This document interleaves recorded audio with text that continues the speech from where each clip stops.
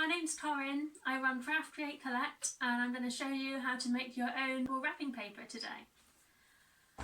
So you should have seen a list before I started telling you everything you need. I've got it all laid out here as well. So we're going to start with a lovely big baking potato. Now I've already cut mine in half. You want to make sure you've got a really good sharp knife, because if you start trying to tug a dull knife through a potato, it's not going to go very well. It's going to be untidy and you could hurt yourself, like I did. So you want to have a nice flat surface as good as possible. And if you've got any cookie cutters that are Christmas shapes, that's a really great way to make it quite easy for you. So just pop it on your potato around about the middle. Now mine's a little bit too long and a bit wide, so I'm just going to take it to this bottom bit here. So let's pop that on. I'll press that down a little bit. So we've got that pressed in, so that's going to make it nice and easy to cut around the edge, and we'll take away this outside bit and be left with a nice raised tree. So I'm going to try and do this facing you, and we'll hope it goes well. Again, you want a nice sharp knife. Now I'm just going to make a few little indentations down the side. It's going to be a lot easier to do that than to try and go all the way around at once. And you want to take it a good ½ centimetre in, because otherwise if it's too shallow, your paint's going to build up and it's going to make it really messy.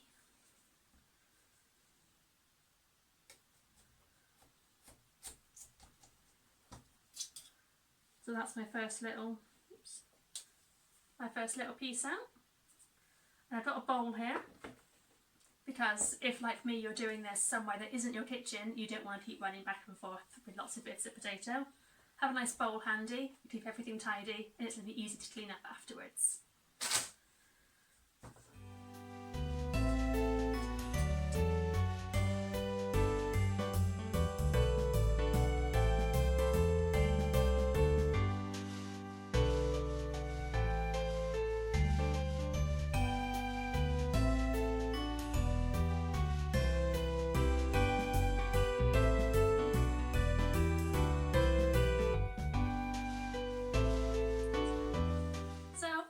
My potato around the edge of my cookie cutter, so we need to gently and carefully to pull that off.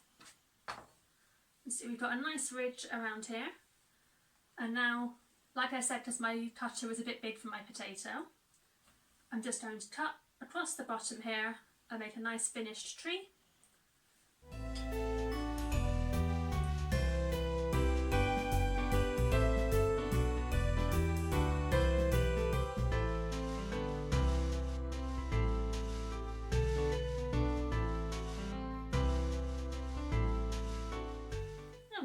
She's got a slightly wonky bottom, but don't we all? Now, when you cut out your stamps, you're going to want to pop them on some kitchen roll and leave them for a good 20 minutes, ½ an hour. You want to let them dry out a little bit, because it's going to help the paint stick to the potato. And when that's done, come back here and we'll get stamping.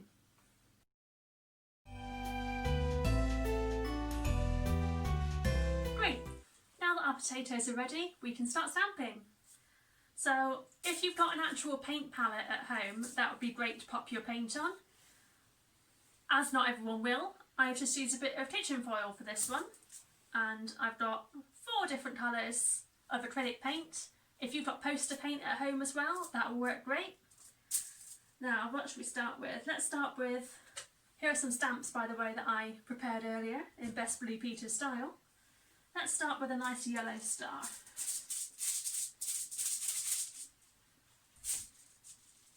And get that good and covered.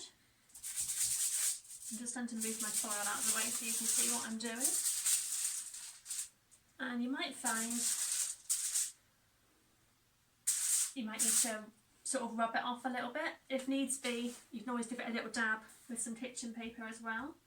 Just take that excess paint off. That's there, the inaugural stamp. Fingers crossed. There we go. Oh, it's got some slightly short arms, but for the first one it's not too bad. If you can't be a little bad at something at Christmas, when can you? Let's go with a lovely red present.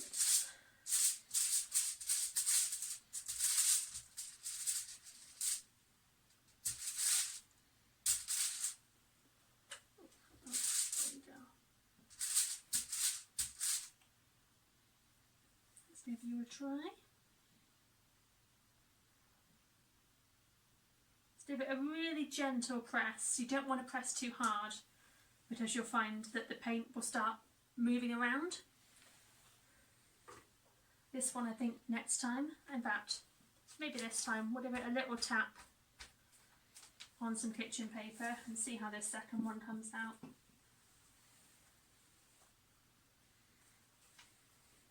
That's a bit more of a neater present. Now, where's my Christmas tree? Oh, Christmas tree. Let's see how you do.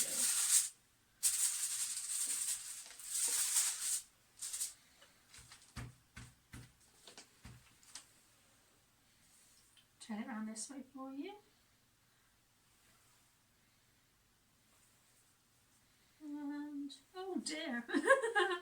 Now what you might find, which is what I've just found, is if your potato isn't completely flat, you're going to have trouble getting a nice even level with it. So let's just try that very carefully again.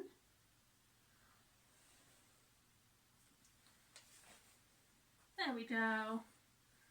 So you can either do what I've just done and give it an extra press to make sure you got it lined up nicely, or you can use a, let me just grab, if you're very careful, you can use a chopping mandolin and just slide, I won't do it so I don't want to put acrylic paint all over something I eat off, but just slide your stamp down nice and smooth and you should get a nice even surface. Last but not least, I've made a little snowman.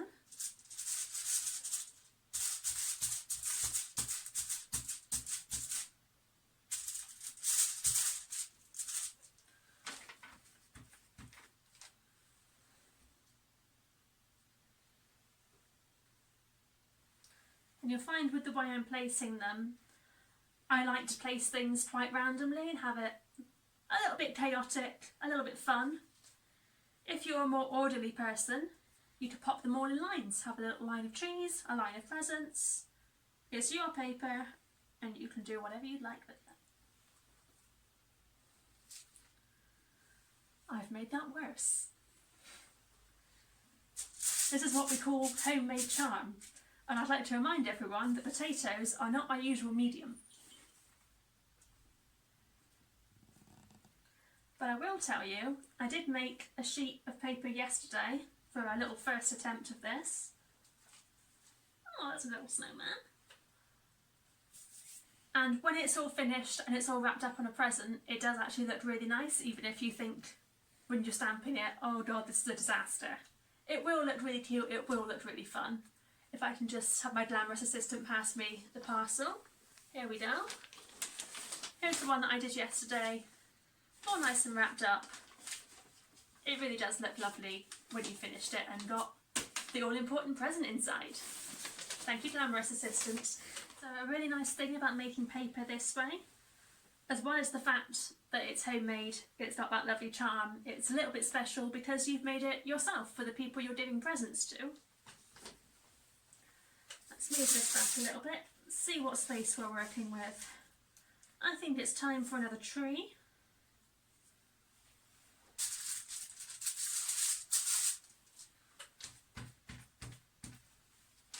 And I'm going to pop my little tree up here. Oh no, I'm going to turn it that way.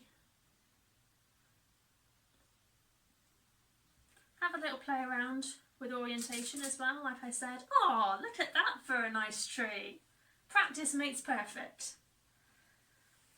As I said, I like moving things around, having them at wacky angles. You can keep yours really, really neat if that's the way you do things. Feeling confident on this tree now. Let's go for another one. Let's go for a tree up here.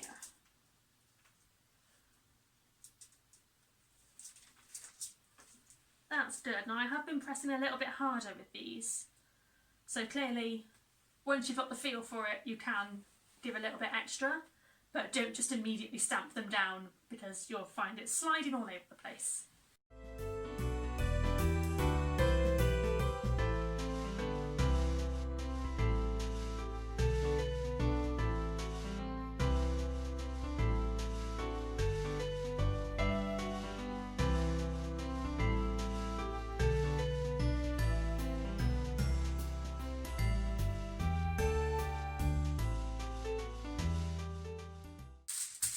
Pop another present on because I know they say there's more to Christmas than presents, but we all love a present.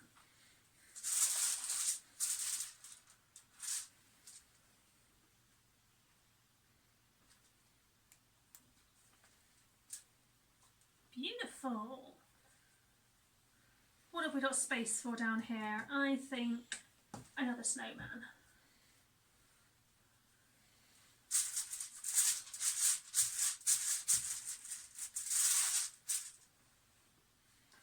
And let's have our little snowman going this way.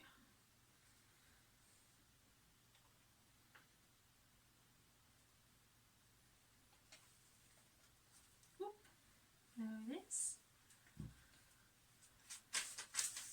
And I've got a couple of spaces, and I've got a couple of spaces around the edge, so I might just put a few half on the paper. I can do this on my table because, as you can see, it is already covered with paint from my other projects.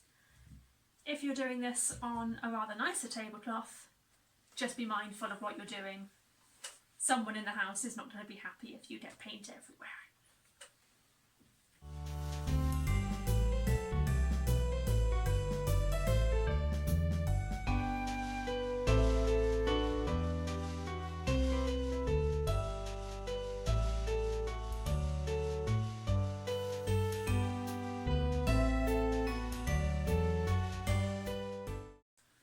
Once you've got the hang of it as well, of course you can always go back and see if you can make those first ones a little bit better now that you've got the knack.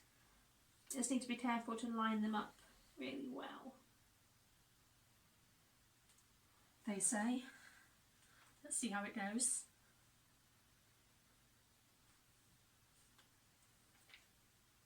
That's a bit more of a star, I think.